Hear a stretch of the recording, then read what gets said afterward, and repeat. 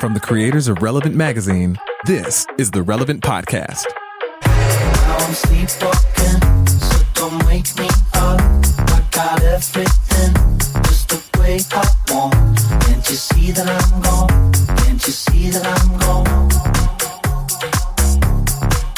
It's Wednesday, July 24th, 2018, and it's the Relevant Podcast. I'm your host, Cameron Strang, and here with me in our Orlando studios, welcome, Tyler Daswick. Thank you so much. Dazzle do it. Over there on the ones and twos, our illustrious producer, my brother, Chandler Strang. Hello. On the Skype line from Loverland, Virginia, Jesse Carey. Hello, hello. And all the way from Toronto, Canada this week, author, speaker, podcaster, our newest cast member, Annie F. Downs. Hello, gents. Good morning. Why are you in Toronto? I am in Toronto because I had to speak. This is the most fun part of my job. I had a speaking event. I spoke at a church on Sunday morning in Philadelphia, and then I speak again on Wednesday in Philadelphia. And my friends who are in the Wicked musical, the one that travels around the country, are in Toronto. And so I flew from Philly to Toronto for 2 days, and then I'll fly back down to Philly and speak, and then I'll go home. Just jet Toronto is like the New York of Canada. Yeah, isn't it? It really is. It's beautiful. Have you guys been here before? It's so pretty. Yeah, it's amazing. It's actually a fantastic city. I was going to Yes. say, I hear it's super underappreciated. Yeah. A lot I've of heard great not go to things, but Canada. I'm not allowed to go to Canada. That's a self-imposed rule. No Canada for me. Now I've just made the The decision. most impressive thing to me about Canada is how cosmopolitan and global Toronto is, and the arts and culture no aspect of kidding. Toronto is incredible. Like Yeah. It doesn't surprise me that you're going up there to see a Broadway show because Right. Toronto's like, I would say, a global Yeah. Broadway and theater Yeah. type. I didn't yeah, know that. they have had like a 7-week stay here. The Wicked show has. Wow. Oh. Yeah, And that's that- incredible. Just because they So- couldn't get out of the airport, their flights kept getting canceled. So I say, let's do the show again. Jesse, what's like the key deterrent for you from Canada? Mainly, it's the border with the United States of America. I try to stay within those bounds, and it's called patriotism. See, here's the my deal. friend. Jesse, over the years, has maligned the fine people of Canada so much, and I'm probably guilty as well from time Yeah. to time. It's all in love, but the Mounties don't have a sense of humor. Right. So Jesse's, no. Yeah, Jesse's exactly. persona Safety. non grata up north. Yeah, it's one of the several countries where it's just they've asked that I just not. This place, just kindly, because they're very kind people, and so they don't force you to not come. They just ask you politely, please don't come. I will say this. I've had Canadian Mounties passive aggressively threaten me many times. It's very threatening though, but it's in a very passive aggressive, nice way. So I don't want to push here's a lesson I've learned long ago. That's It's not to test the Mountie. Like that's just it's one of my rules to life. No testing Mounties, you know. My favorite thing about the country, though, in general, I mean, and if you go out west in Vancouver, it's just so gorgeous, and obviously Alberta, and it's such a gorgeous country. My favorite thing is like it has the reputation that Canadians are super nice, right? Yeah. They're so nice, and they yeah? really truly are, to the level that when like their city buses, if one's broken down or is like off duty, the sign on the front of it, the LED just says sorry. Just says sorry. The buses apologize. It's so nice up there.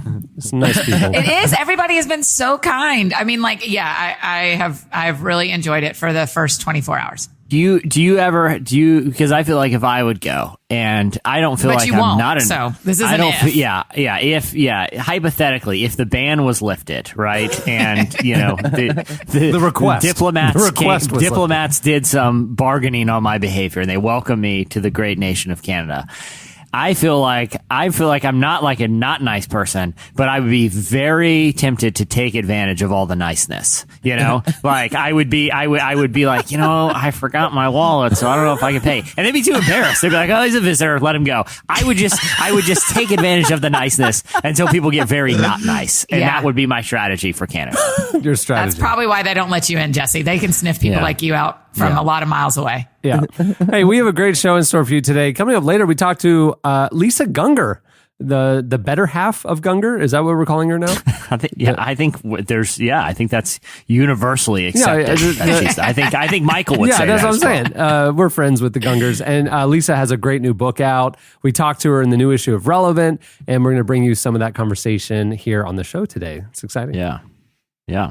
I feel like there's one thing we need to address. I was worried after last week's show. We got a lot of feedback, by the way, last week's 2 shows. Okay, so you're talking about the Wednesday episode with Corey Asbury, or are you referring to the Friday episode with Bob Earnham? Yeah, my gosh, that had made me laugh so much, Jesse. So we had a couple big moments last week. Eddie said he announced he was moving. Let's clarify because Twitter is like doing RIP type posts about Eddie, and he is not dead nor leaving the show. He's just physically moving locations. And, it's amazing with the wonders of technology. We have people in Virginia, people in Canada, and people could... This is an international show this could week. be on the show from Gainesville, Florida as well. So, and Eddie's going to be back in Orlando about once a month. I don't know, man. Seems like a reach. The plan is for Eddie to be in the regular rotation of the show still. So all of you who are like in sackcloth and ashes and mourning the loss of Eddie Koffoltz, it's a little premature. He's still in the mix. He's just going to... be doing some other stuff too.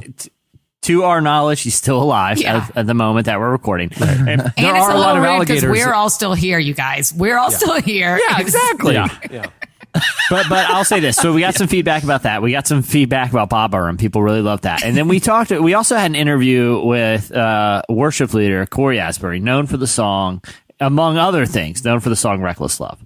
And now he's known for two things, interview, Reckless Love. And his black card. And we revealed that he recently paid a corporate event for Chick-fil-A, and in lieu of taking an honorarium, like a payment for the performance, he requested that they give him the semi-mythical Chick-fil-A black card, which gives him free Chick-fil-A for life. I was concerned when we revealed this fact because it really overshadowed a lot of the interview. And he said it to you, he said it to you off the record. He was just kind of talking after the interview. Oh, by the way, it just came up. And you outed him on a very public platform.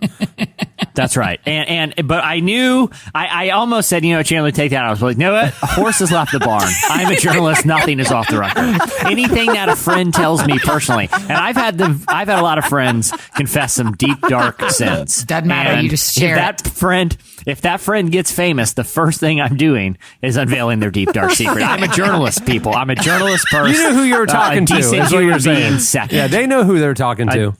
Yeah, that's right. A decent human being far down the ladder. Journalist at the top.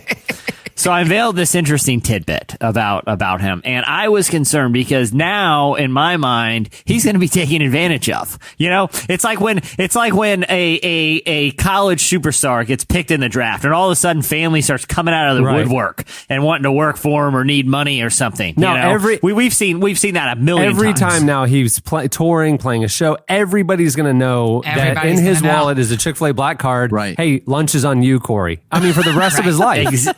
Right.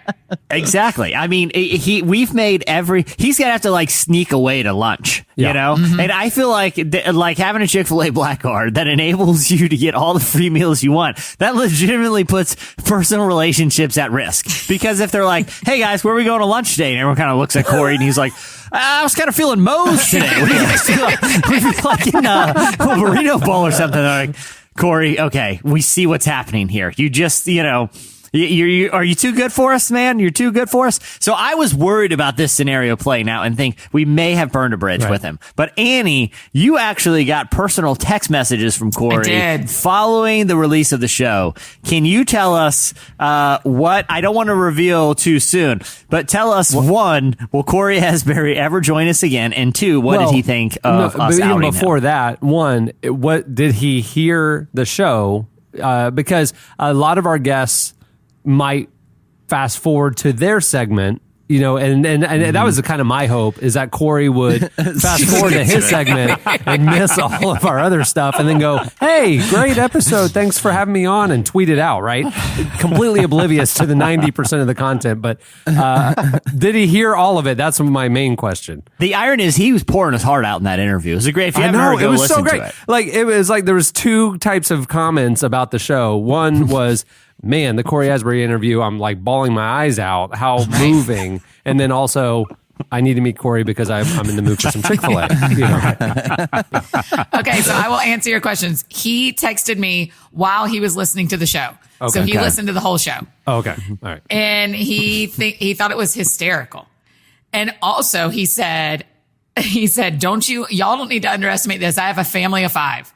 And he was like, I made the right choice. Trust me, I made the right choice. Okay, because the thing is, Cameron did some back of the napkin math during the show. And was trying to calculate what his estimated honorarium would be and how long it would take to regularly eat Chick-fil-A to make up for a hypothetical honorarium. And we were saying over a decade, but we weren't counting the family of 5 scenario at that point. He said, you're talking $30 a pop 3 times a week at least. 3 times. Wow. That's a lot of fried chicken you're giving your kids.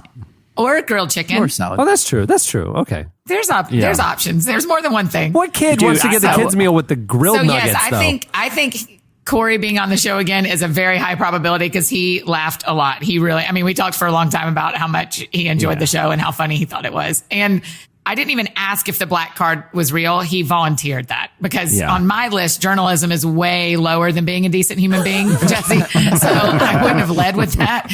And, but that is, he liked it. We're in. He's part of the family now. Okay. Well, then I think we need to have him on the show. I mean, like maybe even, man, we should. maybe even like next week or the week after. Let's have him on. Yeah. Let's just have him on. Not as a segment guest. Let's just have him on. Let's have him sit in the co-pilot seat for an episode. Let's have him come to the studio. Let's tape, up until about lunchtime. And then let's just see what happens. Hey, I feel like co-pilot is a little generous. Let's give him like the stewardess of first class kind of level, not co-pilot. Is there a Chick-fil-A themed game that we could put together by that point? Yes, there is. Yeah. Okay, here's what we're going to do. We're going to reach out to Corey. Mark your calendars. Tell your friends to subscribe. We're going to reach out to Corey. We're going to have him sit in on an episode, and we're going to play a Chick-fil-A game live, and it's going to be fantastic. If you want to be involved, I'm going to go ahead and get the I think we need a listener in on it, too. So if you want to be on in the Chick-fil-A game, great idea. if you consider yourself like a master of Chick-fil-A, and I don't know what that entails. What does that entail? The menu's very small. There's very little to master. But either way, if you consider yourself someone who knows Chick-fil-A well, DM us at Relevant Podcast on Twitter, and maybe you can play a game with Corey Asbury if he after hearing this still wants to be on. I'm sure he does. I mean, I'm telling y'all, he's one of the funniest. He's so in, and he loved it. So. See, good. I got to ask context. How do you know him? He was on my podcast and we were friends. Okay. All right. So you are saying from your own observation, he is funny, like not just because he had a good sense of humor about the jokes we were cracking. In our friendship, in our life, I find him to be incredibly fun. He is one of my funniest real life friends. Yeah. See, that's interesting that you're friends with people after you interview them. Most of mine, I never hear from again. It might be because my interview style involves the final question, which is, what is your secret sin, sir or ma'am? Well, it's because you always mix up the sir or ma'am. That's what offends them. Yeah. That's the problem. Yeah. And then, I blackmail them with that information. Yeah, so generally they don't reach back out after, but, I have a file. I had a Corey Asbury. I thought of Corey this weekend. Here in Orlando, there was a Jesus Culture Kim Walker Smith tour, and the opening artist was one of the Bethel artists. And Corey's of the Bethel music world, right? And Reckless Love is in that lexicon or catalog, I guess. And the guy, I hadn't heard this worship leader before, and he was doing his own stuff or whatever. And then and it was like new music, and the crowd wasn't really participating. And then about halfway through, the opening chord of Reckless Love plays. The crowd goes nuts. Get the pop. And he's like, yeah. And hands up, everybody's all in. Like, we've been waiting for this moment. Oh, Reckless Love. And I guarantee you, everybody there thought that this guy was the writer. I'm going, people, this is a counterfeit. This is not Corey Asbury. This is a cover. Like, this is a cover song. This guy milked Corey's cover like it was his own. He was like doing his own stuff. And he was throwing Chick-fil-A sandwiches just wildly into the worshipers. Just launching them. It was just some Bethel guy. And I'm going, wait, is that okay? You're doing your own stuff. You throw a little Reckless Love in there and go back to your own stuff and make it seem like Reckless Love is your song. I'm not okay with this. Well, did he say it was a song, though, Cameron? He didn't say anything. Sing? I mean, in Bethel world, they just all sing each other's stuff all the time. Okay, well, he did point out his new stuff. Like, this is my stuff. I just wrote this. the crowd's kind of like doesn't know it, so they're not really into it. And then Reckless Love, we're all in. Right. And then he kind of veered back toward his own stuff that nobody knew. And that's what I'm saying. He's like, it kind of glossed over. Yeah, he kind of just let the label just. Yeah, it's just because in fairness, I heard about this. He said it like this. Ladies and gentlemen, I've written a lot of new beautiful songs. This one's by Corey Asbury. It's called Reckless Love. And then, I could see how there was confusion. Who loves Chick-fil-A? Who loves Jesus? Yeah. I have a real-time update. Is everyone ready? Yeah, please. Yes. Corey's in. I texted him and said, come co-host with us. And he said, I'd love it. Well, there you go. He's in. So big y'all news. just take it from there. Now, right. Jesse, in your mind, is this Chick-fil-A game that you're concocting? Does it have like that Double Dare physical challenge element to it? It should. It should involve, because I feel like, here's the thing, like if Corey's eating there 3 times a week, he probably has like an incredible physical capability of eating nuggets. I think You're talking like a hot nugget dog platter. championship type stamina for Chick-fil-A Yeah. nuggets. So Yeah. we should Yeah. get some platters and just have them here in Hey, the we studio. got a Daz don't right like where here. this- Why can't we make Daz do it? Daz will do it. We were veering toward a new Dazzle Do It. I have a Dazzle Do It idea that's going to come up later in this podcast. It's going to come in case you missed it. I want to hear your willingness, because it great. takes your pop culture prowess. So real quick, if you don't know, if listeners, aren't familiar with Daz, if you've read any of the pop culture stuff, including some really great profiles in the last couple issues of the magazine, Charlemagne the God, Ethan Hawke, an upcoming one that you'll read. He's our pop culture guru. I have a pop culture Dazzle Do It that I want to mention a little bit later in this show. Oh, wow. All right. But can we double down on our Dazzle Do It and get him to eat a lot of nuggets too? I really miss making Daz eat stuff. I don't know. I don't know how willing he is to do the eating challenges anymore. I think the One and IHOP done, Daz? I think the IHOP one burned him on it. Took a lot of therapy. I totally understand that. I don't blame you at all. Daz, but nuggets are different, buddy. Nuggets are different. High protein. I'm High protein. I'm willing to volunteer myself for if it's me and Corey Asbury eating nuggets. Oh, I am down, because I don't We have a should black all card, have but I eat there nuggets 3 that we times a have- week. Have I ever told y'all my dream of making a nugget loaf like monkey bread? Do y'all know monkey bread? No. Yes. Oh gosh. Is it Okay, like? thanks, Daz. Is it like? Monkey bread is like Before you continue, can I just say 2 Canada thing. words that should never be included in when I'm looking at an entree for dinner? One is monkey and the other is loaf. If either of those are involved in me, I'll be like, that's disgusting. Keep it away from me. No. A nugget loaf is awesome. There's this monkey bread thing you can make Anytime where you you loaf take. something, it's disgusting. No, you loafed Jesse, it. wait, listen. You tear up raw biscuit and you mix it up with cinnamon sugar and you bake it like a cinnamon roll, but you bake it in a bundt pan. And so you just pull off the little pieces. So my cousins and I have this dream, because two of them work at Chick-fil-A's. We have this dream of doing that with nuggets, where we put nuggets in a bundt pan or a like loaf pan and drizzle sauce on it. And then you like serve it at a meal, like one piece. And then people just pick off the nuggets that they want. A loaf of nuggets. I'm tired of people loafing things that aren't naturally loafed. I'm No, mainly this is a talking great meat. idea. I'm talking It's like how another way to present the nuggets, instead of just the tray for parties, Chick-fil-A can start selling loafs, and you get to pick your sauce. Some are Polynesian, some are barbecue, and you buy a loaf of nuggets instead of a party tray. You know what's great about the this is party tray Rapag. is you can eat 1 or 2. You know what's bad about the loaf idea is you're sitting there walking around a party with a giant loaf in front of you. No, Like, no, you just. Well, there really isn't much to the loaf line. I mean, you got your meatloaf. What other kind of loafs are there for you to have such a strong opinion and aversion to loafing? Well, when does Jesse ever need a reason to have an opinion, Cameron? Cameron, name one other food you want to. This is real talk. Name and this will put my theory to rest. Name one other food that you would want to eat in loaf form. Yeah, what's this monkey loaf thing? Is that the cinnamon Monkey thing you were bread. talking about? Okay, or monkey Oh, bread? I'll make it next time I'm down there. I'll make some and we'll have it, and people will know. People know. I mean, everybody knows, but y'all, it's so good. It's like little pieces of cinnamon roll, but it's like a fourth of a biscuit, right? So it's a hand size, a little bit smaller in your hand. And it's covered in cinnamon sugar and melted like butter and stuff. Daz, say what you're feeling. I can see it. What are you It's good. feeling? It's like a pull apart situation. So it sits at Yeah. the center of the table, and you just pull off a piece. So you just all kind of just shove your hands into it and just kind of root around. Well, you use a for what fork if you're a wanting. human, but yeah, that's how it works. You just pull off little pieces. No, I don't do family style. I hate family style. Like like there's nothing worse to me than going to a family style restaurant. It just makes it awkward for everyone because everyone's judging everyone else's portion. Like, oh, you're taking that big a scoop of mac and cheese. Okay, I see. It just there's no point. Just everyone order what you want. Like they have menus with like 1,000 things on them. Just order what you want. Don't order for the table. I'm good. I'm capable of ordering my own. Family style is ridiculous. So is loafing, and so is monkey stuff. What do you feel about tapas? I mean, tapas is shareable, but it's not about like huge portions. Tapas is the worst. They're so tiny. It's so stupid. You know what I call tapas? Yeah.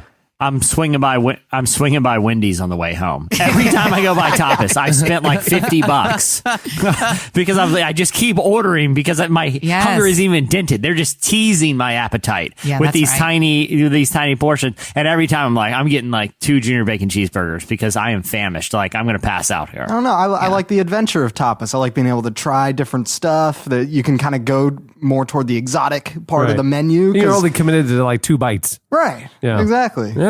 I'm in on tapas. It's a hard pass. I have to be careful when I ask friends if they want to go eat tapas because I say like, do you want to go to a tapas restaurant? And they're like, a what?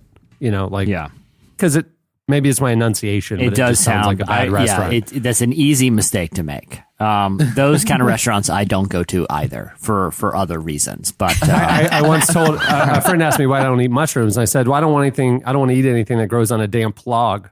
And they said, what's a plog? Stay away from plug stuff. You should have just leaned into it and just acted like you're really. Yeah, you don't know mushrooms grow in plugs. I hate those plugs. Wait, is that really your reason for not eating mushrooms, Cameron? That's so dumb. What are you talking about? If it can grow in the woods in the shade because it's like mildew just spawning, I don't want to eat it. Mushrooms are not, oh gosh, I can't with this. Y'all need to be eating your vegetables. I don't have time for this. We'll make a mushroom loaf next time too, and you'll love it. I don't mind. I like to eat things where when I look at it, I don't know what it originally looked like. Like a chicken nugget, like I don't know what that chicken looked like, and I don't care. Like same with, like I can look at like a piece of pizza. I don't know what any of those ingredients originally look like. That to me shows someone actually prepared this, and I'm not like a rabbit eating like leaves. I'm a human being. I'm the less you recognize the food, the better it is to you. That's the right. less you recognize the ingredients in their original form. Pack it up, fry it, preserve it, whatever. Put it in pocket form, and he's good. See, here's where you're such a conundrum because that is actually why a loaf life would be a dream for you. Oh, that's true. Ooh. If you like Hot Pockets, it's just loaves are big. Well, who bigger doesn't pockets. like Hot Pockets? I like my ingredients separate is the thing. I don't like it when you just stir it all up and bake it and loaf it. Like a Hot Pocket's great because I cut it open and the sauce and cheeses or meatballs or whatever kind of exotic Hot Pot you think. I know exactly what I'm eating. Same thing with a pizza. If you just took, it's like a loaf is like taking a pizza and slamming it in the blender and then cooking the blended pizza. It's disgusting. Like there's no point in that. It's almost like it's pre-digested for you. Exactly. Gross. Thank you. Y'all Perfect. are not talking about Perfect. loaves. You're talking about soup. Y'all are doing this so wrong. And by the way, I have the stomach of a billy goat. It has consumed so much horrid things that it's literally capable of standing anything. It's like the stomach of like a feral dog. Like, give me anything and I'll be fine. Hey, move the show along. It's time for our weekly look back at what happened in culture and entertainment. It's time for In Case You Missed It. Hey, in case you missed it, this week, NBA superstar Steph Curry announced he's going to start making Christian-leaning films. Not Christian films, Christian-leaning films. Yeah. His production company, Unanimous Media, has inked a new deal with Sony for a series of films, some of which are for faith audiences. In addition to some inspirational family-friendly sports movies, his company is working on an animated Bible movie, film centered on the Christmas and Easter holidays, and a movie called Church Hoppers, a comedy in the vein of Wedding Crashers, in which a group of guys help their friend navigate the dating scene at a series of churches. Mm-hmm. Oh, that sounds so funny to me. Steph told Variety, it's not about me hitting people over the head with the Bible and telling them they have to believe a certain thing or think a certain way. I don't mind being called corny. I'm comfortable with who I am. There you go. I mean, it seems like the market for church hoppers would be pretty narrow. But I feel like that sounds like Really? a Tyler Perry movie or something like that. Yeah, why those is that movies so- kill why it. is- Those movies kill it. Yeah, why does Yeah. that feel more narrow to you than Wedding Crashers? Because it's Christian and church? well, yeah, literally everybody can relate to a wedding and the experience of a wedding. Not that many people can relate to church hopping. I mean, Yeah. Yeah, but rel- I mean, doesn't this relatively. fit in the same vein as God's Not Dead of like, yeah, no one's going to watch this because that market's so small. And then everybody who ever Well, has walked to a church watches No, because God's Not Dead is like just general faith audiences. Church hoppers, guys helping their buddy date at a series of churches is a narrow sliver of Yeah. the faith community, right? I mean, the faith I experience. mean, everybody's been there though. No, we're going I don't think my to stand on parents have. opposite ends of this war. I don't think my see- parents have. Well, it seems more like a rom-com than... I think our dad might go see that. If there's some slapstick, if there's some Date night slapstick for the I think comedy. that's a Strangs. burn. Yeah. I think that's a burn, and I think y'all are wrong. I think it's going to be. That sounds so funny to me. Well, also, this got me kind of thinking about a Dazzle Do It challenge because I feel like a lot of these Christian movies have gotten sort of a please a bad dating rap. challenge. Please a dating. No, oh, well, that could be one too. But I feel like a lot of these movies, I think we are overdue for Daz binge watching the Pure Flix catalog. Oh, God. Because they release tons of movies. Some of them are like straight to Oh, man. streaming. And then come on and rank them for us. I want a full review of their soap opera, of the Pure Flix soap opera. What's the Is it soap out opera? now? I don't know. It was called like It's called Hilton Head Island. Oh, it's about Hilton. That sounds like a murder it's a mystery. Christian soap opera by Pure Flix. Are people Is it on murdered right on now? it? Can you watch it now? Yeah, I think if you you haven't- have a Pure Flix subscription. Oh. That's a key. You have to have a Pure Flix subscription. Can I borrow yours, Chandler? Can I borrow your login? Yeah, I'll send you my login. Thanks. My parents gave it to him for Christmas every year. His Pure Flix subscription. Yeah. Okay. So should we have Daz binge watch Hilton Head Island, the soap opera, or should we have him binge watch their greatest hit movies and rank them for us? Oh yeah, top 10 Pure Flix films of all time is Oh, a Daz, listicle that's so we much have of to Daz's do. time. Now, okay, so I didn't grow up in this world. Favorite movies or Well, this stuff is all Rambo new, and- man. I mean, this is in the last 5 years, This is- 10 years of Oh. this. Yeah. This is a new phenomenon in the Christian subculture. It's almost better that you haven't, Daz. This is post Netflix, like their go Yeah. at having like Oh, a got it. Netflix So they got some esque. Pure Flix originals But going on. that's all of these are Pure yeah. Flix originals. There's like, Yeah. it's not like you can well, like what's that classic one you guys talk about? A Thief in the Night. Oh no, that's just from the 70s. No, Those no, didn't no. make any money. That's not, They on, just that's scared. not on Pure Flix. No, they just scared Christian children about the rapture. Yeah. So Pure Flix are the God's Not Dead trilogy, like Trilogy. Fireproof, Jeez. I think. The one about God's Not Dead 1 because he's not dead. God's Not Dead 2, Electric Boogaloo. Just a reminder. Electric Boogaloo. God's Not Dead 3. What was God's Not Dead 3? Judgment Day. Nope. Man, someone on Twitter did some good ones. I laughed. I like We that one. checked, he was just sleeping. Okay, Daz, that's so much of Daz's time to make him watch all those films. And 10 I mean, movies. Daz, He's a movie critic. He's a movie critic. This is how he spends it. Dad, don't you love watching movies? He's a student of film.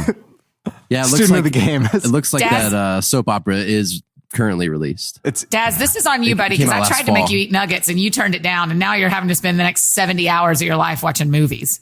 well, how many episodes of the soap opera do they have going on? Well, it's full season, so you're going 10 anywhere episode between series. 6 and 24. 10 episodes. 10 episodes versus 10 movies. It kind of And seems Hilton like a Head Island. no-brainer. Listen, I'm not saying I'm not going to watch the Hilton Head Island series. Yeah. Annie, You've piqued I mean- my interest. They have another comedy that came out right after called Malibu Dan. Malibu Dan? Wait, hold on. What It sounds genre like a is David Malibu Dan? Spade. It just says comedy. Oh, wow. It's about a co-host of a morning talk show in Malibu. so they also, though, the Pure Flix team also acquires films. Like, Okay. because, like, for example, Warner Brothers, I mean, we covered it a couple years ago. There was a Hillsong United documentary, like Yeah. music documentary yeah, that was yeah. actually really good. It was by the guy who did the Jay-Z documentary and stuff. It was just, it was Cool. really well done.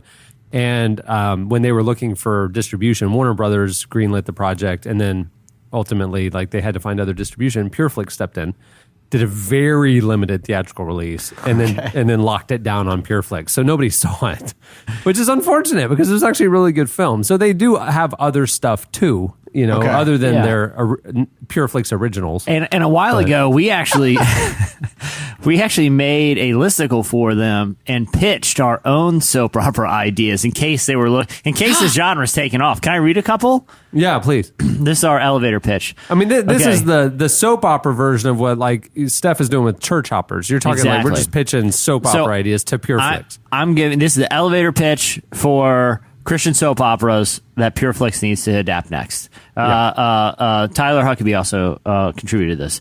This Feels one's called The Waiting Game. Purity pledges are put to the test when a singles ministry outing crash lands on an abandoned tropical island. 20 eligible singles, one exotic beach, no ordained a wedding officiant in sight. I would watch. That sounds great. We should make Yeah. that a reality show. Do you Okay, see this that? one- I'm sorry. Is that a reality? Are you saying this is a reality show No, or that's this a is soap a opera. scripted? That's a It's soap a soap opera. This I would one's- this- I'd watch that. I'd watch This that. one's called Days of Our Lifeway. Days of Our Lifeway. Nice. A Lifeway manager you got finds me his just on the new title. beautiful single employee secretly reading banned Rachel Held Evans books.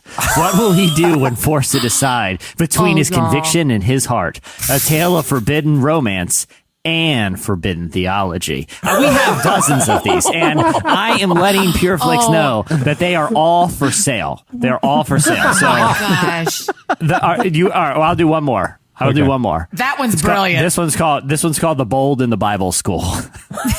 The bold in the Bible Torrid school. tales of dress code violations, curfew breaking, and hand holding in the Bible Belt's most conservative Baptist seminary. I'm watching these. I'm watching these. Pure Flix.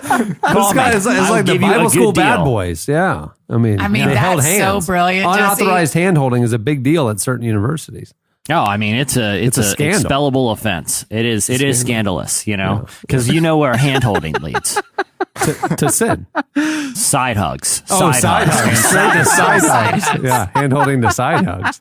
It's a slippery And slope, then, is what you're saying. Yeah, that's just a Slippery devil's slope. playground. Yeah. A very slippery slope. Hey, in case you missed it, this week Katy Perry discussed her relationship with God, uppercase G, in a new interview. The pop singer is featured on the cover of the new issue of Vogue Australia, and she opened up about her evolving outlook on faith and life. She discusses her recent meeting with Pope Francis and what sparked her to seek a meeting in the first place, attending Mass with her mother, who is raised Catholic. She explained, it started when we were on the Asia leg of the tour, and I went to Mass with my mom. She hadn't sung those songs in 40 years, and watching her made me cry. It's so beautiful and humbling to recenter in a place where it's not about anything else but reconnecting with the divine. She said this about the Pope. I'm such a big fan of Pope Francis. It's a combination of compassion, humility, sternness, and refusal. He's a rebel for Jesus. He's bringing the church back to humility and connecting with people.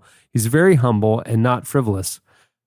Katy started her career, you might know, as a Christian singer. Katie Hudson, that was her name. Yeah. Back in the early 2000s. And she also said she's spending more time thinking about faith in God. My mom has prayed for me my entire life, she said, hoping I'd come back to God.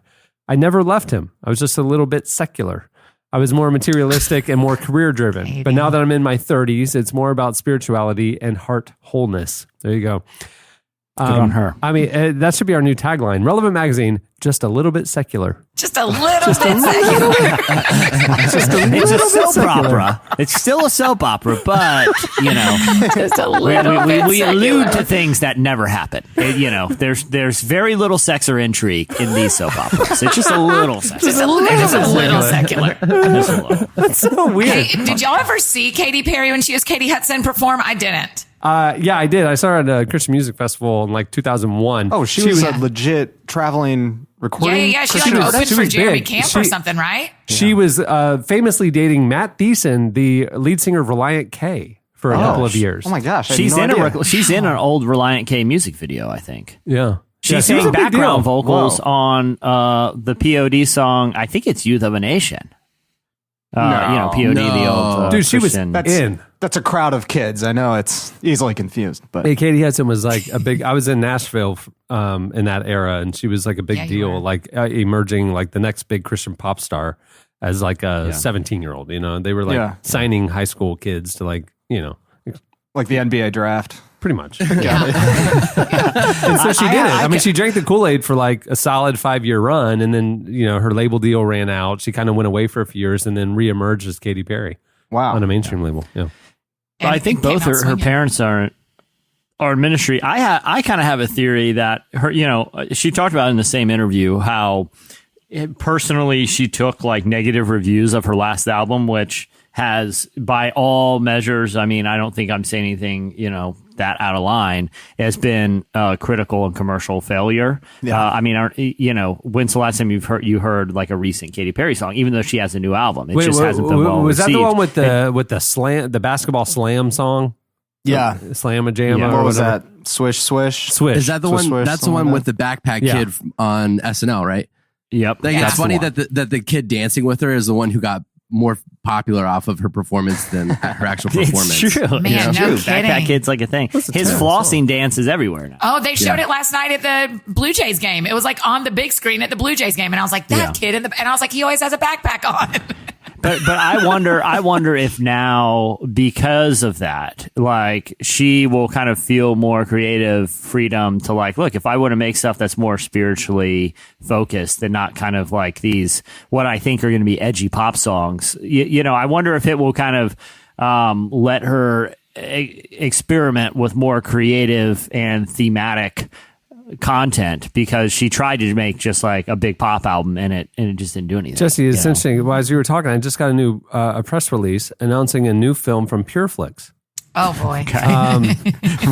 No, this is crazy. This is crazy timing.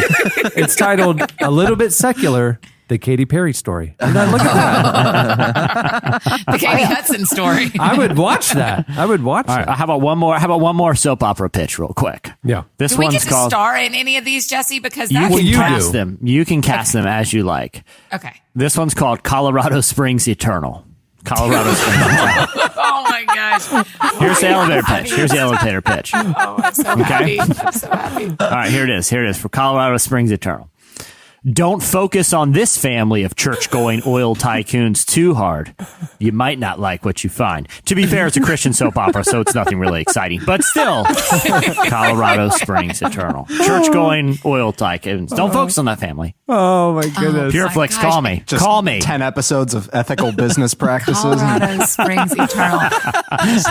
There's no conflict. Like, do we tithe the straight 10% or do we boost it to 12? That's the big conflict in Yeah. one of the episodes. Right. Yeah. Oh, y'all. What a dream. I'm still stuck on Days of Our Lifeway. Yeah, about the Lifeway manager and the single young employee reading Rachel held out the books. It's a thriller. Yeah. I don't know why after we posted that we heard nothing. Dude, from we them. didn't hear Nothing. anything from I think it was Pureflix. a slap in the face. So this is not Did you like hear anything from Corey Rachel? Asbury, where we talk about his black card, we hear from him. You posted deliberately tagging Pureflix. We heard nothing. Can't believe it. Can I be honest? This probably has to be taken out. I did hear from our ad team, and they were not happy because they had a deal going with them, and that is true. They literally, I got a chime one day that said, "Thanks a lot for this." Because we talk about them a lot too. I didn't know, but hey, You can't tame the beast. You can't. You can't cage me. Yeah. I'm sorry. Yeah. There's more advertisers out there. There's other ones. Yeah. But they literally, the chime was a link and said, "Thanks for this." That's so good. That's really funny. Hey, in case you missed it, Netflix, not Pureflix, Netflix is making a show about Jesus coming back as a 12-year-old kid. The story comes from comic book legend Mark Miller, the mind behind comic stories that have been adapted into films like Kingsman, Avengers, Infinity War, and Logan. It's going to be called American Jesus, and in it, Jesus comes back to Earth as a modern-day 12-year-old boy. From the original comic description, it says, he can turn water into wine, make the crippled walk, and perhaps even raise the dead. How will he deal with the destiny to lead the world in a conflict thousands of years in the making? Miller is a Catholic and explained the comic book as reverential in a 2012 interview with Rappler. He said, it's actually very reverential. Like if I write a Spider-Man comic, I want Spider-Man fans to like that comic. If I write a story starring Jesus, I want Christians to like that comic. Sometimes you get stories about religion, mainly to attack religion. It's something that if you're a Christian, you won't be happy about. So the American Jesus comic is something Catholics would like. Yeah, this is cool. He's a sneaky huge deal. Like he as you say, Infinity War. I mean, Logan, Infinity War. I think he was involved in like Captain America and the Civil War series. So this guy's done some like really big comic books, and I think Netflix has this huge deal with him where they're rolling out a bunch of different stuff. So wow, it's cool that this is a part of it. That's fascinating. Awesome. Hey, in case you missed it, the NFL has put its national anthem demonstration ban on hold. The NFL and the NFL Players Association released a joint statement explained that no new rules relating to the anthem would be enforced in the next several weeks to, quote, allow a constructive dialogue to continue. They said, our shared focus will remain on finding a solution to the anthem issue through mutual good faith commitments outside of litigation. The development comes just hours after the AP received a, quote, discipline document created by the Miami Dolphins saying that players could be suspended up to 4 games if they protest during the anthem. The document makes them the first NFL team with a policy that could punish its players for kneeling during the anthem. NFL owners approved a policy in May requiring players to stand during the national anthem on the field. The policy also allowed players to stay in the locker room during the anthem. It said that if any player chooses to protest on the sideline, the NFL could fine the team. Players could also be fined by their team specifically per the policy. But it's good that they're continuing the dialogue, versus the polarizing kind of dialogue that's happening on Twitter right now. I guess my thing is just how completely tone deaf the NFL is, not just to the desire of their players, but also from a public relations standpoint. Like, this move only came after players from the Dolphins leaked a document that from the team that said you're going to be fined. And there was such an outrage among fans, that just said, look, this, this doesn't seem like a good solution. That's when they came and released this statement. I do agree. I think it's a positive thing that they're reevaluating and want to keep it outside of court. But honestly, I think if it went to court, I think the Players Association, would have, an interesting case on their hands. But the NFL, it never ceases to amaze me how they can boggle these ethical PR, situations. You've seen it with the concussion issue. You've seen it with domestic violence, and now you see it with the national anthem demonstration. Hopefully, this is a chance for them to course correct. I like that you called it the national anthem demonstration, because I think the dialogue that's missed is that they are not protesting the anthem. It's demonstrating to raise awareness about police brutality and injustice, and especially in minority communities. I mean, that's all it's about. Yeah. And it's been, and to that effect, it's been effective. They demonstrating during the anthem and by taking a knee, which they were told, originally Colin Kaepernick was told by a veteran who was involved with not a veteran player, but a military veteran.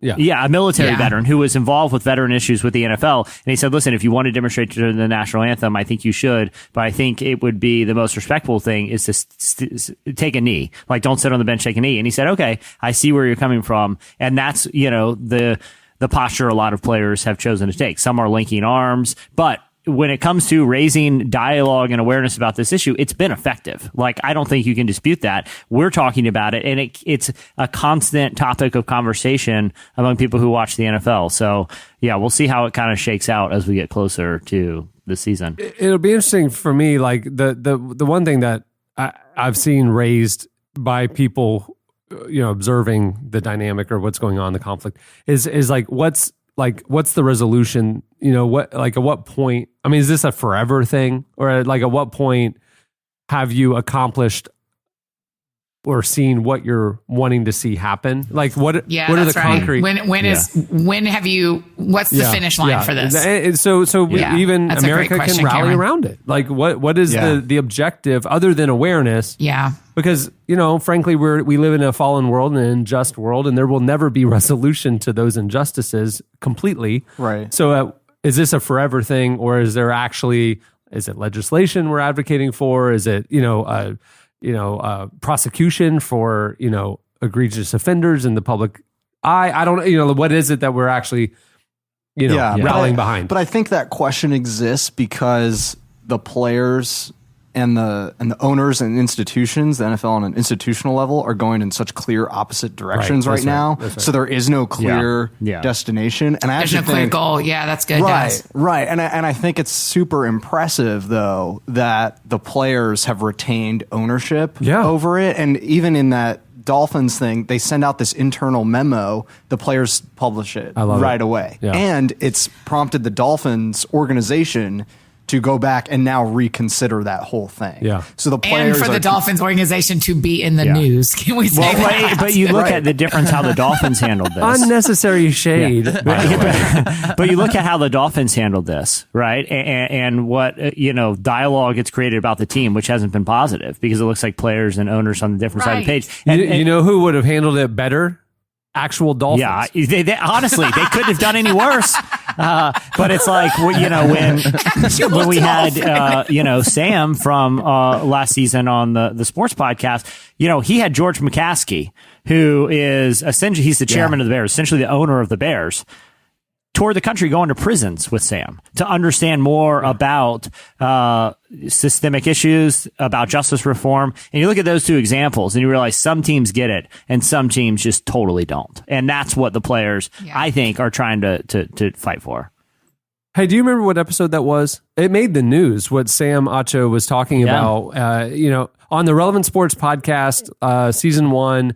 What episode? I'll tell you what, I'll put it in the show notes of this page. I'll put a link to it. So, cause I can't remember off the top of my head, but I'll put a link to it on that page. But he actually, we had George McCaskey come on as a guest, I said, essentially the owner of the team, and talk about that. I would highly recommend, if you're interested in this dialogue or this conversation, to go back and listen to that, to hear the perspective of an owner and a player on the front lines of this thing in the NFL.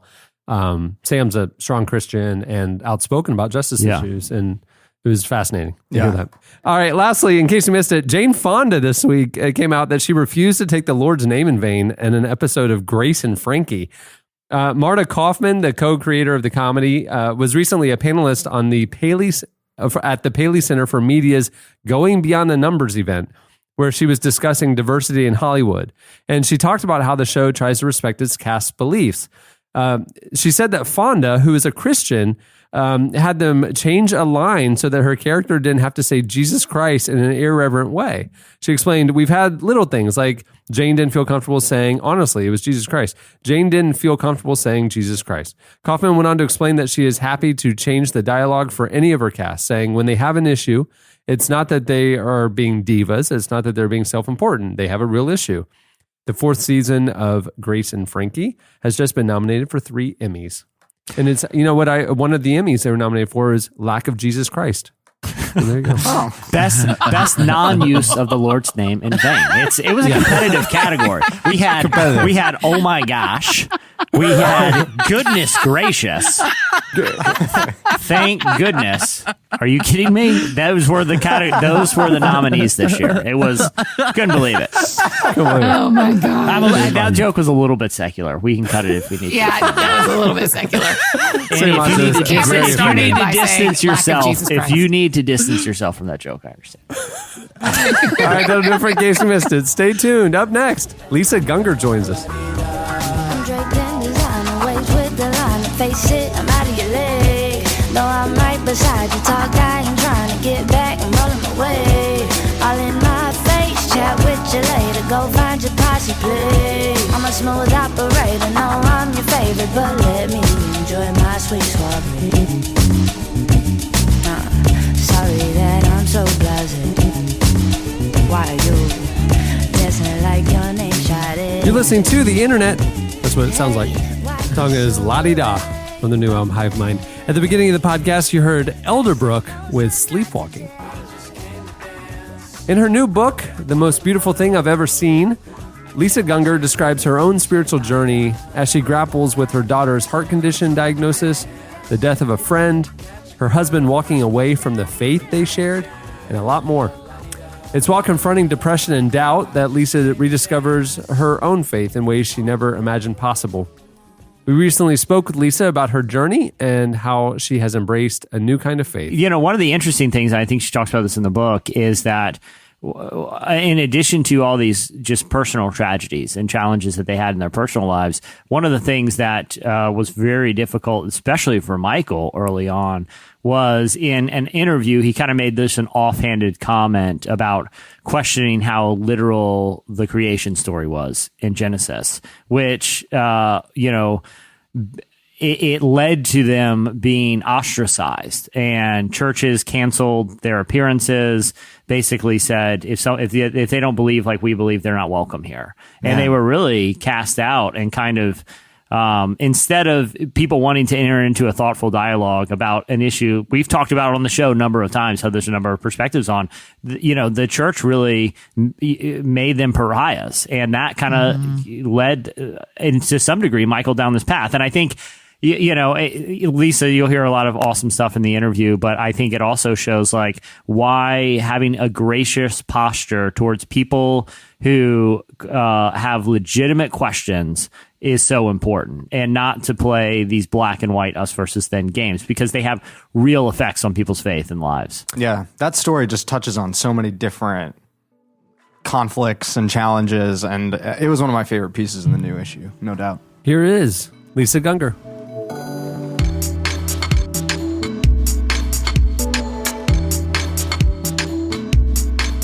Would you mind just giving me sort of a, as brief as you can, like a Cliff Notes version of the story that you're telling here, of the big, like the outline, I guess?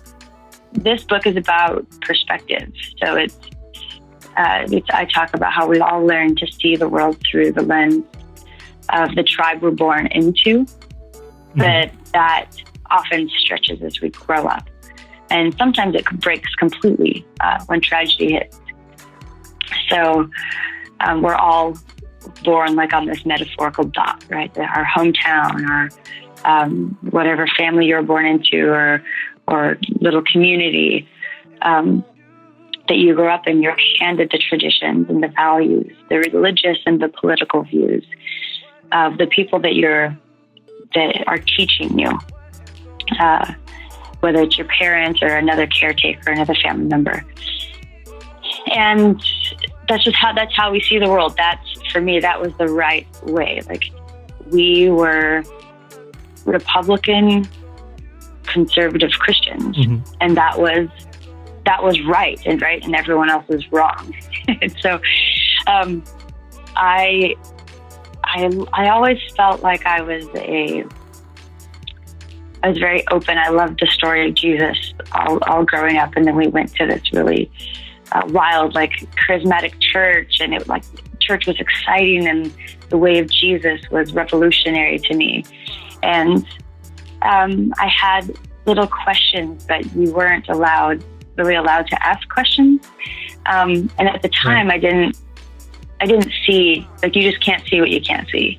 So at the time, I didn't see, and they probably couldn't see how controlling that was and confining. Yeah. And so I think when we're not allowed to ask these questions, it creates this tension within our faith, so that when you finally are able to ask them, and it collapsed for me. So for me, I wasn't really asked. I didn't fully go to the depths, go to the end of my questions until I was started in college, and then when I had my first daughter, and then we had our massive crash of faith. So Michael and I are touring the world, and like, our dreams are coming true. I never thought that I would be playing music and singing as a career. And you're having a decent amount of success at the time. Yeah. It was, our career was kind of like taking off. We had a big song that churches knew about. And we were touring almost full time, and we started a church in Denver, Colorado, and so we had become like professional Christians. Yeah. in a sense, like, our whole life was built around this, and it was wonderful. But as we began to travel more, those questions that we both had from a young age just kept gnawing at us, and we really started digging to the bottom of them.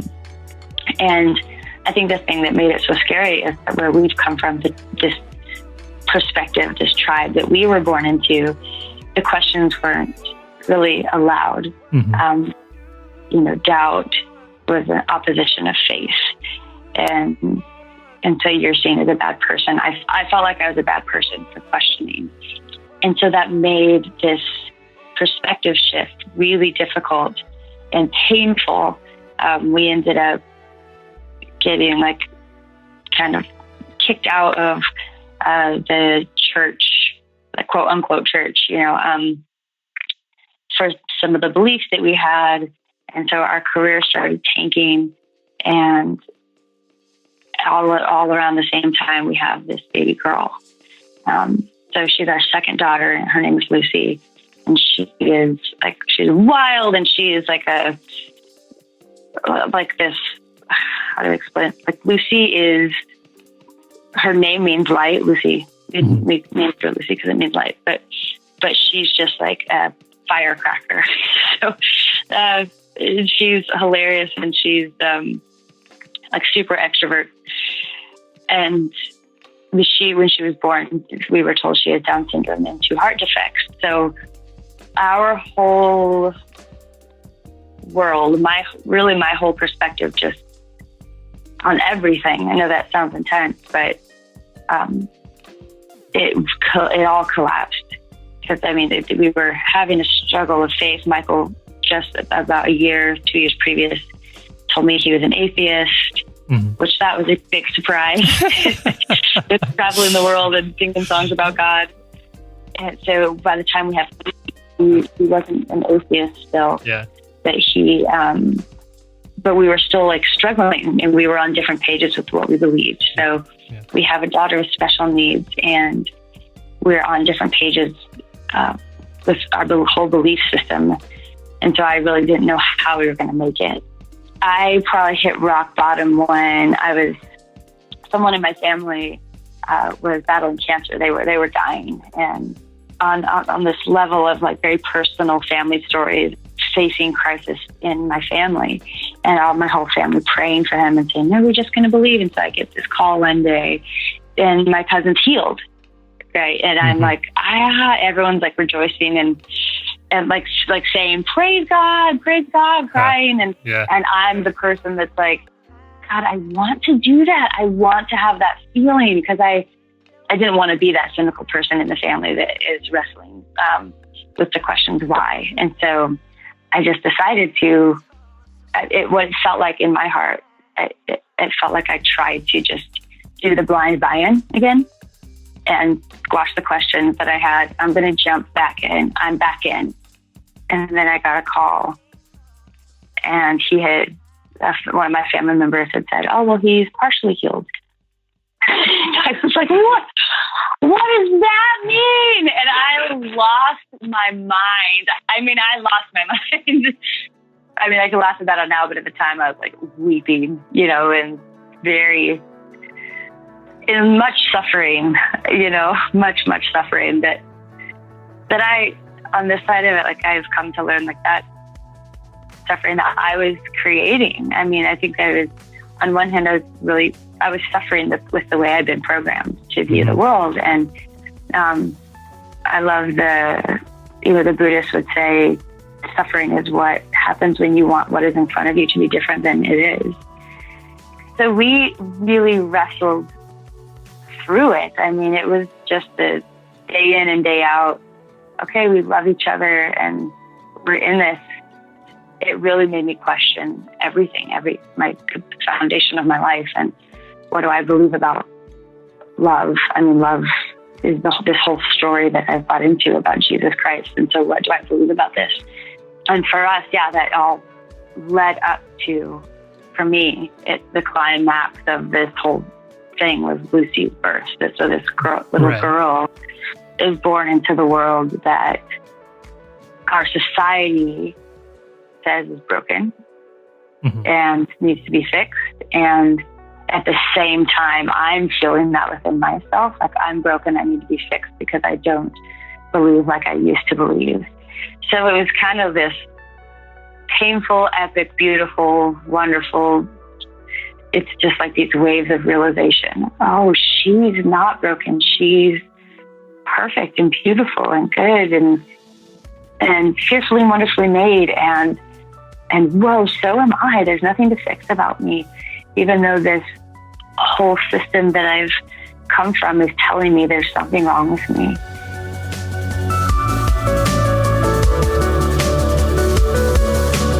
That was Lisa Gungor. Make sure to check out her new book, The Most Beautiful Thing I've Ever Seen, and check out the profile we did with her in the new issue of Relevant. Buy yourself a dream. How's it looking? Buy yourself a car and a house to live in. Get yourself a girl, someone different. Buy yourself a dream and it won't mean nothing. If you could interview God, why do I deserve your special attention? Don't you? what would you ask? So what do I tell the people who say you don't exist? Tell them the world they see is just that, and sometimes that's just the way it looks. Starring Academy Award nominee David Strathairn and Brenton Thwaites. We try to be good people, try to please you, and we need some answers. And where did you go? Do you have any idea how that feels? An interview with God. Don't miss this exclusive event in cinemas nationwide for 3 nights only. August 20th, 21st, and 22nd. For tickets and more information, visit fathomevents.com. Buy yourself a car and a house to live in. Get yourself a girl, someone different. Buy yourself a dream, it won't mean nothing. You're listening to Jungle. The song is Happy Man. Okay, it's time for your feedback. If you listened to last Wednesday's episode, which if you didn't, all the Corey Asbury references would be very much over your head. So please go back and listen to it. Well, we got talking about kind of odd, quote unquote, celebrity sightings that we've seen in real life. You know, I live here in Orlando. I talked about seeing Chris Kirkpatrick in jean shorts at a mini golf place, and a member of O-Town at the gas station, and Carrot Top riding his Vespa around Winter Park. As he does. In a tank top, completely orange. I think Eddie saw the guy from Police Academy at the grocery store. Yeah, Michael Winslow. Yeah. Or eating breakfast or something. Yeah. Oh, that's right. Yeah, and then, and Annie's in Nashville, just riddled with C-list celebrities.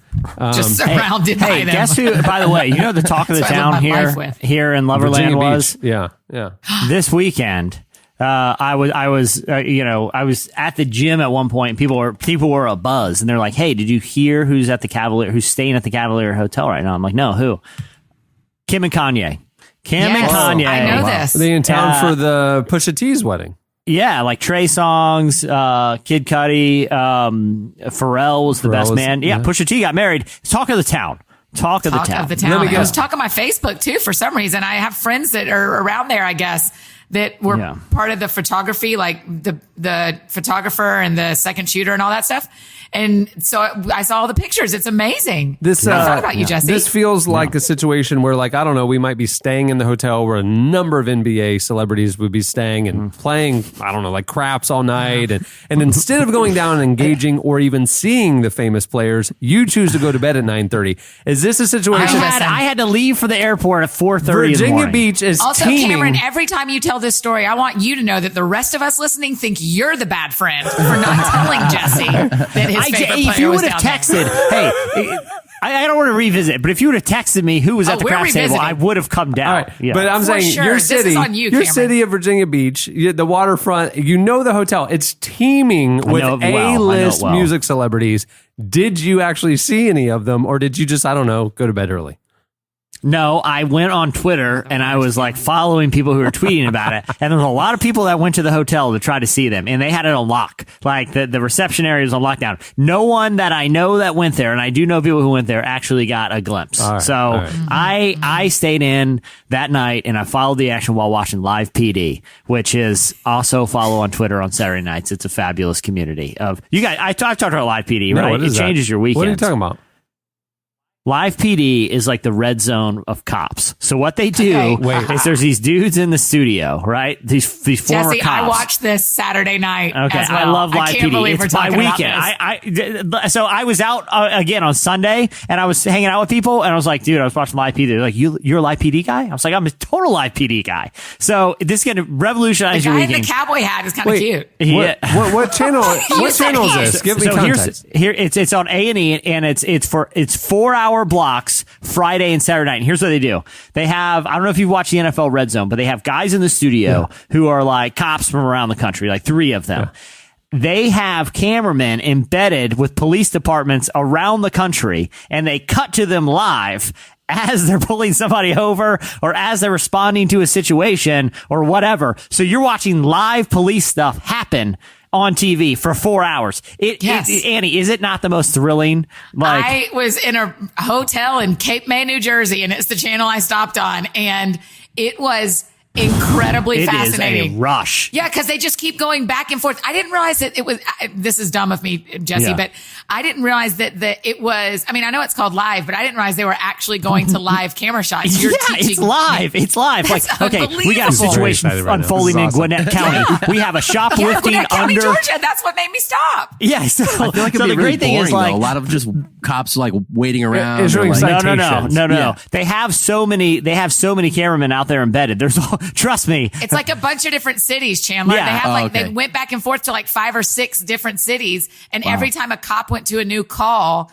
they went to that cop. Yeah, so sometimes it'll be like, sometimes there's like live chases. Sometimes like, it's just like somebody who went through the Walmart checkout line and was only checking out every other item and like shoving it in their bag. And then you get to go live to the bust and they are shocked. They are shocked. But now it's gotten so popular. It's like a phenomenon on Twitter on Fridays and Saturdays. Live PD and Live Nation are top of the trending. And it's fun to follow along. I'm Andy part of F. the Downs, Live Nation now. I gotta tell you, Andy F. Downs, your little comment about the cop with the cowboy hat being a little cute.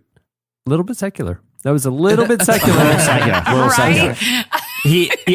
But the great thing is like, the show has become so popular. It's become like this weird, underground pop culture phenomenon that criminals all in the show will be like, oh shoot, is this Live PD? They're like, Live PD, what's up? And they're getting handcuffed. Live PD! And you're like, all right, that was cool. Like, honestly. They broke the fourth wall. I can't blame him.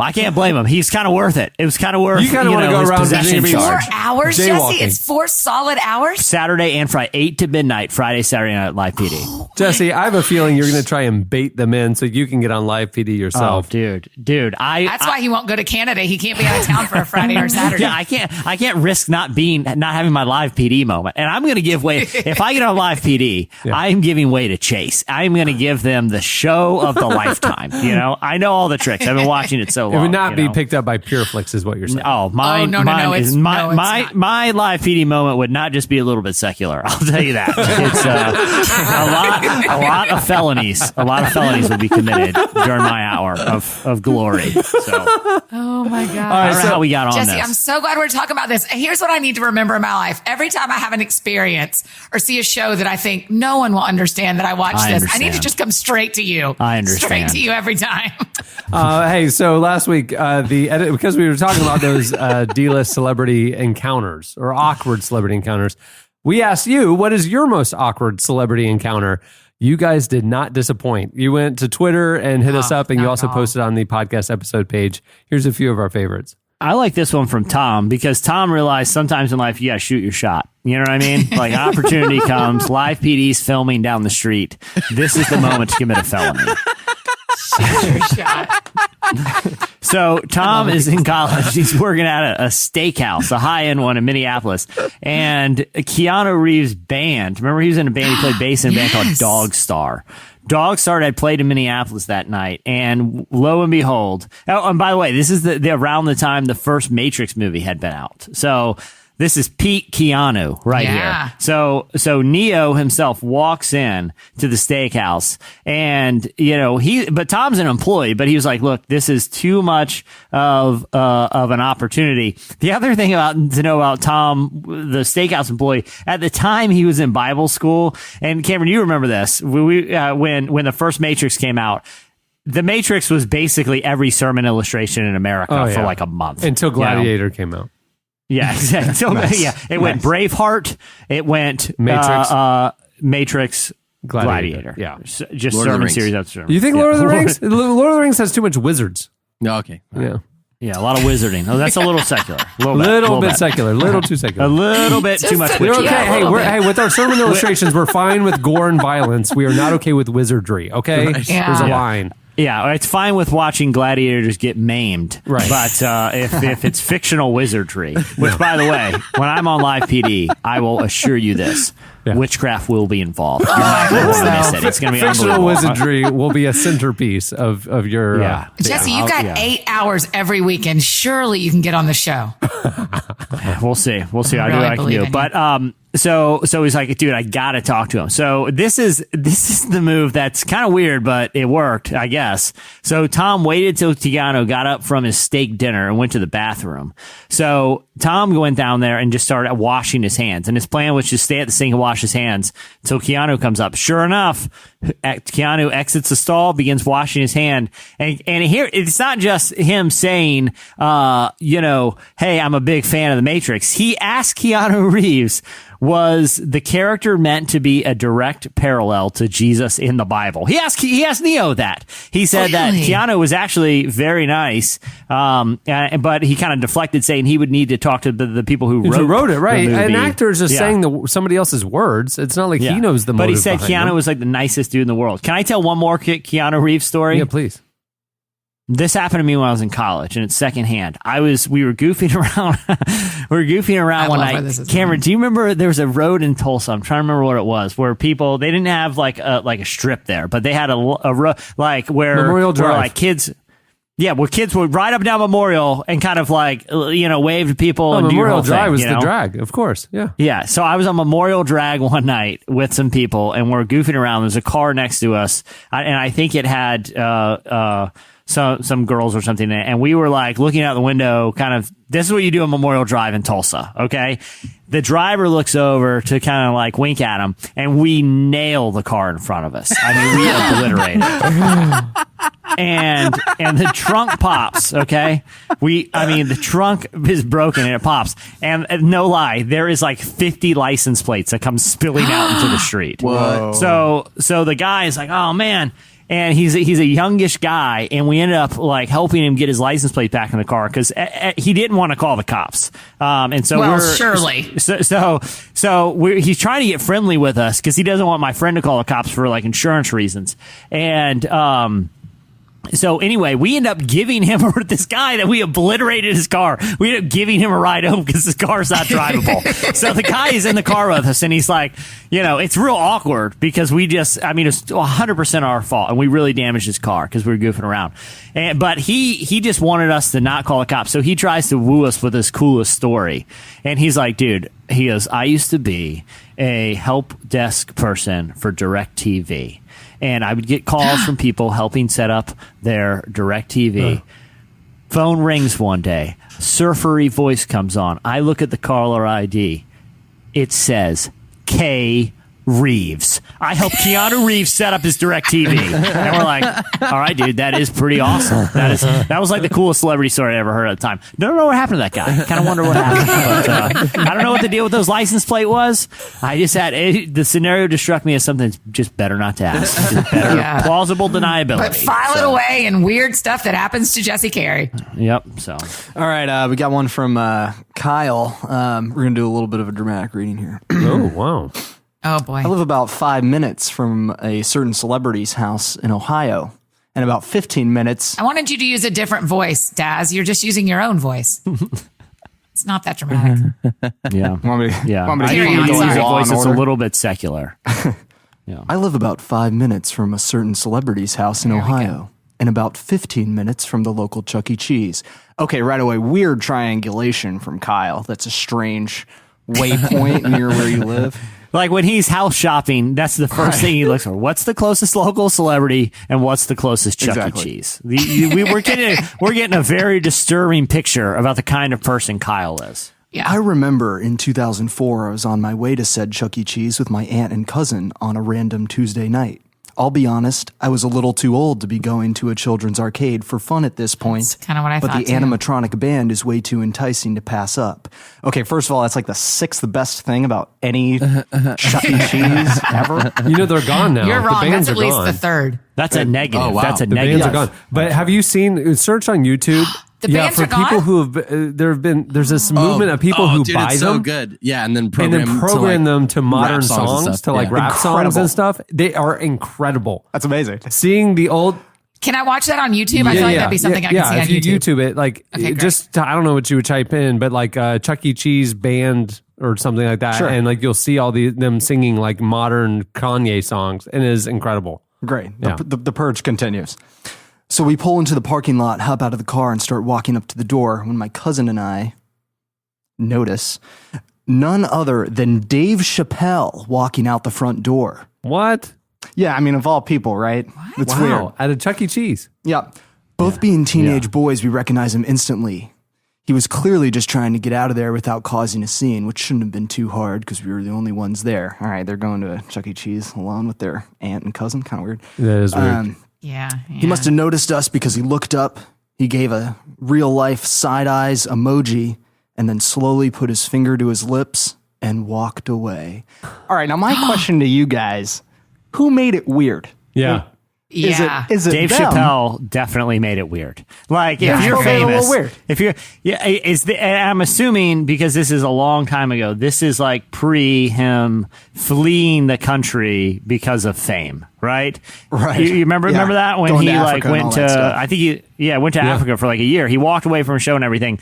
I think we're getting a little sense of why here. If he's frequenting Chuck E. Cheese's solo on the weekend and is trying to convince people not to tell anyone, we're getting a strange picture of Dave Chappelle here.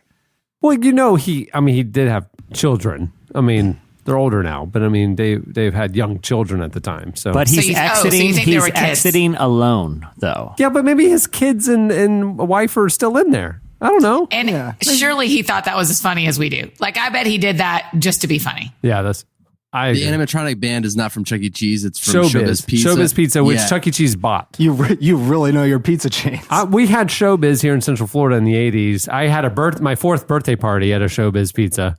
I had my birthday party at Showbiz Pizza, Cameron. I loved it. What was the best game at Showbiz Pizza? Oh, skee ball. No question. See, I was a ball pit guy. That's disgusting. Do you know what happens? Back in the 80s, we didn't know it was disgusting. Dude, back in the 80s, it's what worse. made you a ball pit guy? Did you just like to sit in it and relax and let people come talk to you, or were you jumping in and out? I know, Jesse, you were. No. You lay Yeah, for underneath sure. the balls. You lay in wait. You lie in wait. That's right. And then all of a sudden you hear other kids coming. It's your moment to like Element of hand surprise. burst first. You're under the balls. Somebody accidentally touches you. They scream. You jump up. It's a whole thing. It's great. Someone Yeah, died in the ball pit. Yeah.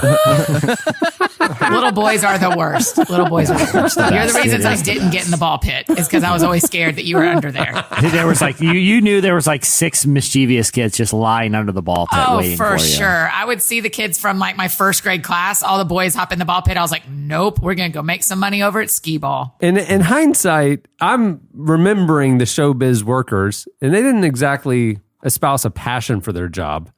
I'm thinking that after they closed up each night, they weren't passionately cleaning the ball pit. Right. You don't. In hindsight, I'm To be wondering how I sure. didn't catch something. You don't go the you were extra building mile your on the immunity. ball You were pit. building your immunity. Yeah. Kids today, That's right. They're too pampered. You don't. Yeah, exactly. I never get sick. I'm very healthy, and I That's true. attribute that to not believing in hand washing for a long time and still visiting ball pits as an adult. I'm fine. Exposure to all manner of germs. Hey, I have a good one from Twitter. This is Andrew Cobb. He and a buddy were in a record store and all these cameras started coming in. And so they were trying to act cool. And he looks and it's Bill Maher and like some other dude, right? And so they're just filming in the record store. And then when they leave, he goes to the guy and says, "Hey, what's that Bill Maher?" The guy working at the store. And the guy's like, "Yeah, and Jerry Seinfeld." And they were filming comedians in cars getting coffee, but he didn't recognize Jerry Seinfeld. That's crazy. That's nuts. I think I would recognize Jerry Seinfeld. Yeah, he you would. always has on those tennis shoes. That would have been a clue for me. Remember when Joy Eggers was on the show, Jesse? She talked about Yeah. how her neighborhood coffee shop in Portland, Yep. one was being filmed there, and she stalked it. Who was it? Yeah. Was it it was the guy from Portlandia, right? Yeah. Fred Armisen. Fred Armisen. Yeah. I would love to see that show being filmed. I think that would be just awesome to watch them sit and talk in a coffee shop. I love that it's on Netflix now, not just Crackle. Yeah. I think about that.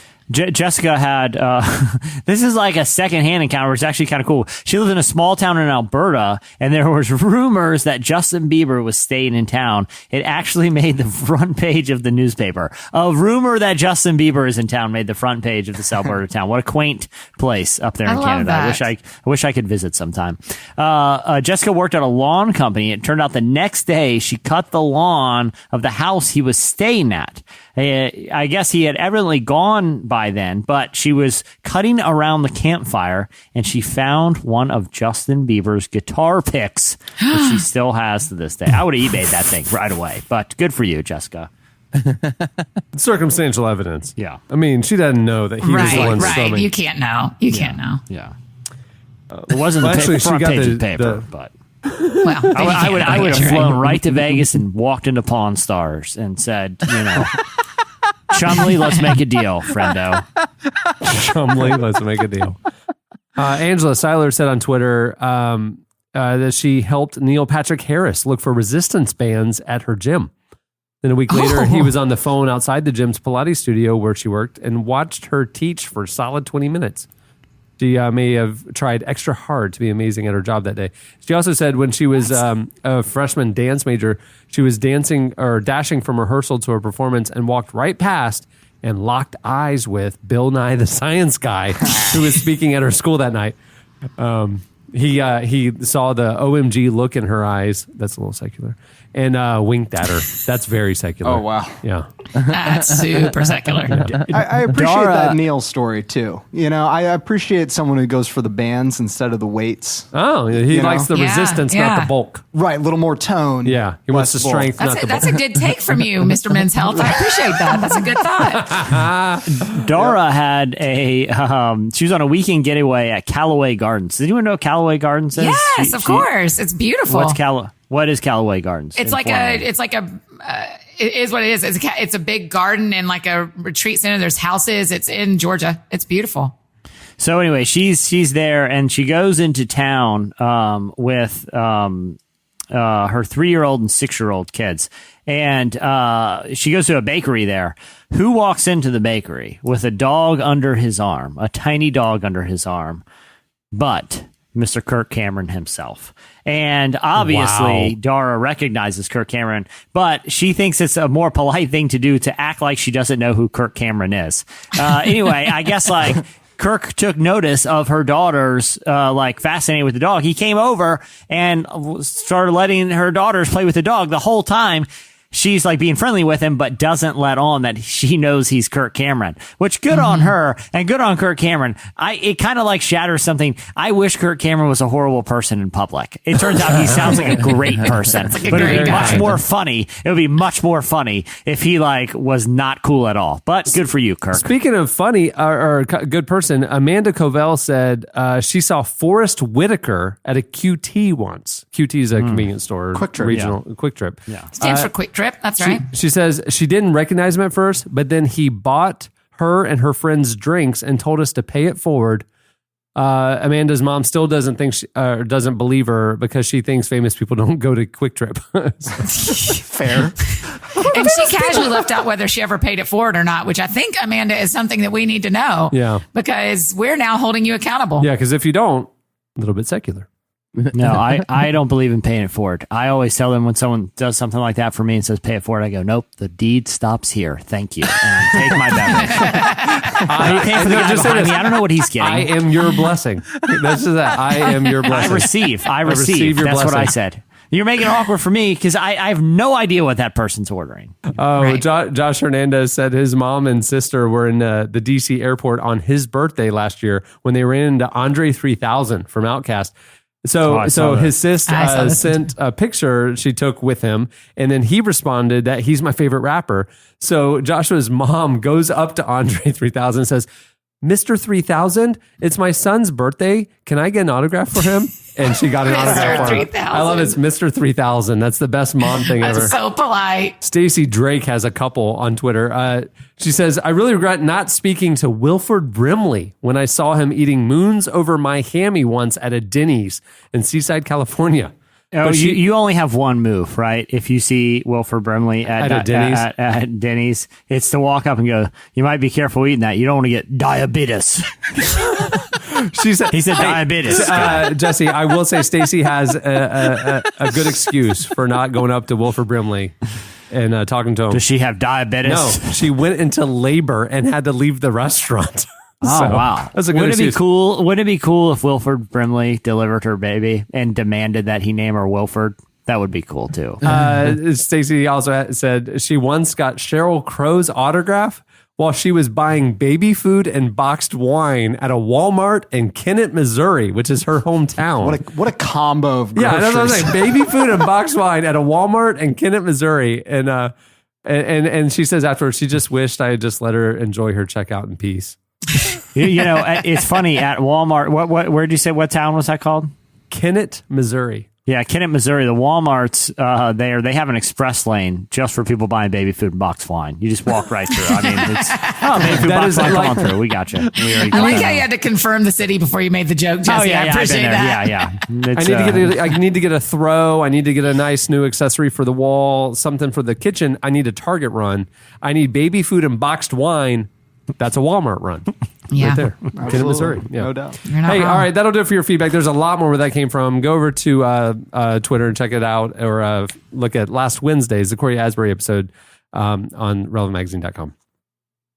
Okay, it's time for this week's editorial question of the week. Okay, for this question of the week, earlier we were talking about loafing.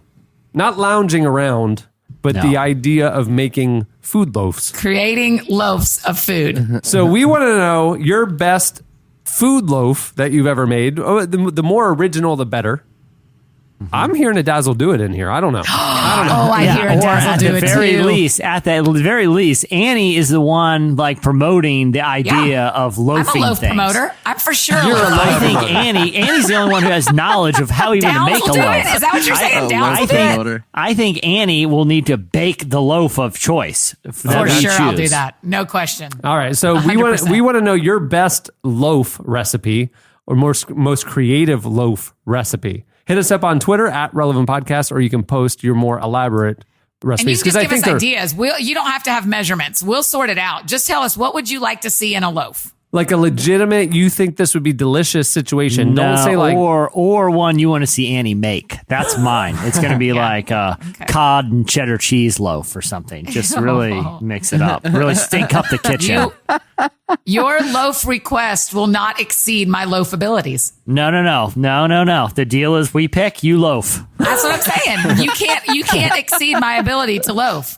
You can ask whatever, and I will loaf it. Oh, perfect. I got you. That's a new tagline for this segment. We pick, you loaf. That's a new tagline for my life. Yeah. Or you can, post over on the podcast episode page at relevantmagazine.com. Well, many thanks to Lisa Gungor for joining us today. Her book, The Most Beautiful Thing I've Ever Seen, is out now. Also, make sure to check out her feature in the new issue of Relevant. You can see it online at relevantmagazine.com. You can also pick up the issue at newsstands nationwide. You can also follow her at Lisa Gungor.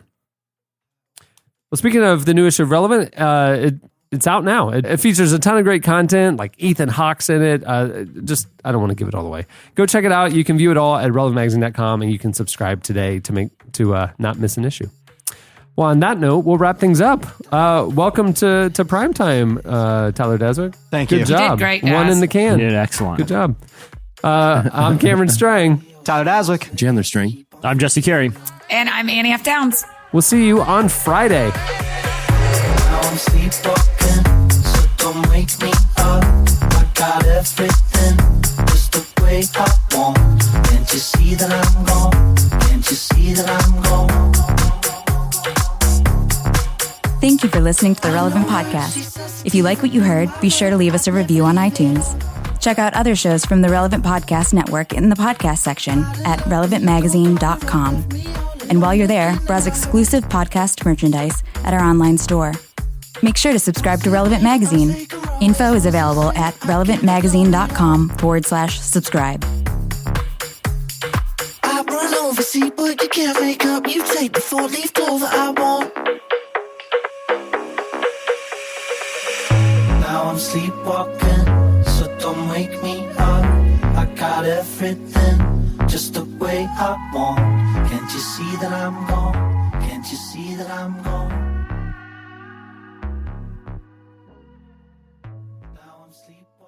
You don't know mushrooms grow in plugs? Relevant Podcast Network.